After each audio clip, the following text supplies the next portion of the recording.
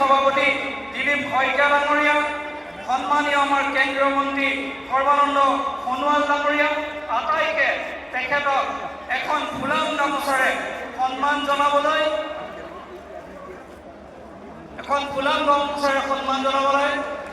এতিয়া আমাৰ স্বাভিমান শৰাইৰে সন্মান জনাবলৈ মই বিনম্ৰতাৰে অনুৰোধ জনালোঁ।